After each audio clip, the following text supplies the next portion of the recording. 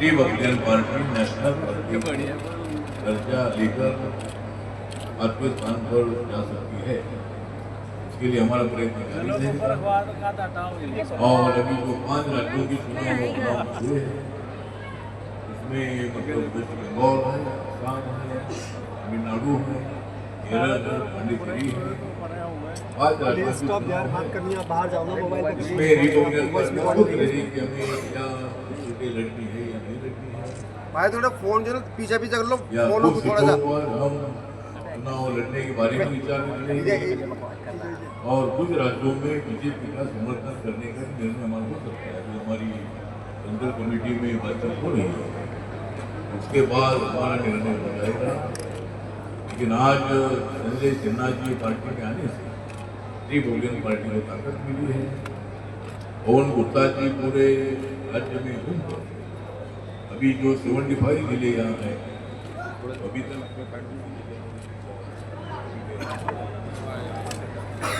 तो जो 75 जिले उसमें से 75 जिलों में से 65 जिलों में हमारी कमेटी है। हमारी कोशिश जारी है कि आने वाले लोकल बॉडीज के चुनाव में करेंगे और आने वाले 27 के चुनाव में रिपब्लिकन पार्टी बीजेपी के साथ अलायंस करेंगे। हम कुछ सीटें लड़ना चाहते हैं। आदरणीय मायावती जी का जनाधार होता जा रहा है। माननीय कांचीराम जी ने बहुत कष्ट उठा बहुजन समाज पार्टी को बाबा साहब अम्बेडकर जी के नाम पर हमारे देश में खड़ा करने का काम किया था। सबसे बड़ी सफलता माननीय कांचीराम जी उत्तर प्रदेश में मिली। उसका कारण यह है कि उत्तर प्रदेश में 22-23% दलित वोट गए। महाराष्ट्र में हमें इतनी सफलता ऐसी नहीं मिली। महाराष्ट्र में दलित वोट 13% भी है और इसीलिए महाराष्ट्र में इतनी सफलता हमें नहीं मिली। लेकिन माननीय कांचीराम जी ने दलित ओबीसी और माइनॉरिटी इनको शुरू में इकट्ठा करने का काम किया और बाद में ब्राह्मण है, बनिया है, कपूर है और बाकी के जो सभी लोग दलित ओबीसी है, माइनॉरिटी है, सब लोगों को एक साथ लाने का प्रयत्न हुआ और माननीय मायावती जी अपने बलबूते पर मुख्यमंत्री बन गई। माननीय मायावती जी को 3 बार मुख्यमंत्री बनने का मौका मिला। इसका कारण ये था कि बीएसपी को मेजोरिटी तो नहीं मिली थी, लेकिन भारतीय जनता पार्टी ने 3 बार सत्ता के बाद होकर मायावती को मुख्यमंत्री बनाने का निर्णय लिया था और बीजेपी के सपोर्ट से मायावती 3 बार मुख्यमंत्री बन गई थी।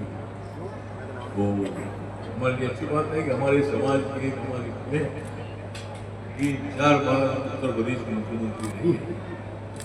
तो हमारी कोशिश है कि इस पार्टी को आगे बढ़ाना है और 2027 के चुनाव में योगी आदित्यनाथ जी ने उत्तर प्रदेश में विकास का काम बहुत तेजी से आगे बढ़ाया है। नरेंद्र मोदी जी के नेतृत्व में पूरा देश विकास की दिशा से आगे बढ़ रहा है और लोगों की इकोनॉमी डेवलप हो रही है। कॉन्समेन इंडस्ट्री को बढ़ावा दिया जा रहा है। अपनी इकोनॉमी 4 नंबर पर आई है और कुछ ही दिनों के बाद, कुछ ही महीनों के बाद अपनी इकोनॉमी 3 नंबर पर आ सकती है। इसी तरह हमारा डेवलपमेंट का एक बहुत ही बड़ा काम नरेंद्र मोदी साहब का है। मैं नरेंद्र मोदी जी साहब के मंत्रिमंडल में तीसरी बार मैं मंत्री बना हूँ और मुझे तीसरी बार राज्यसभा में मौका देने का काम माननीय नरेंद्र मोदी साहब, अमित शाह साहब और नितिन नवीन जी हैं, हमारे महाराष्ट्र के मुख्यमंत्री देवेंद्र फडणवीस जी है।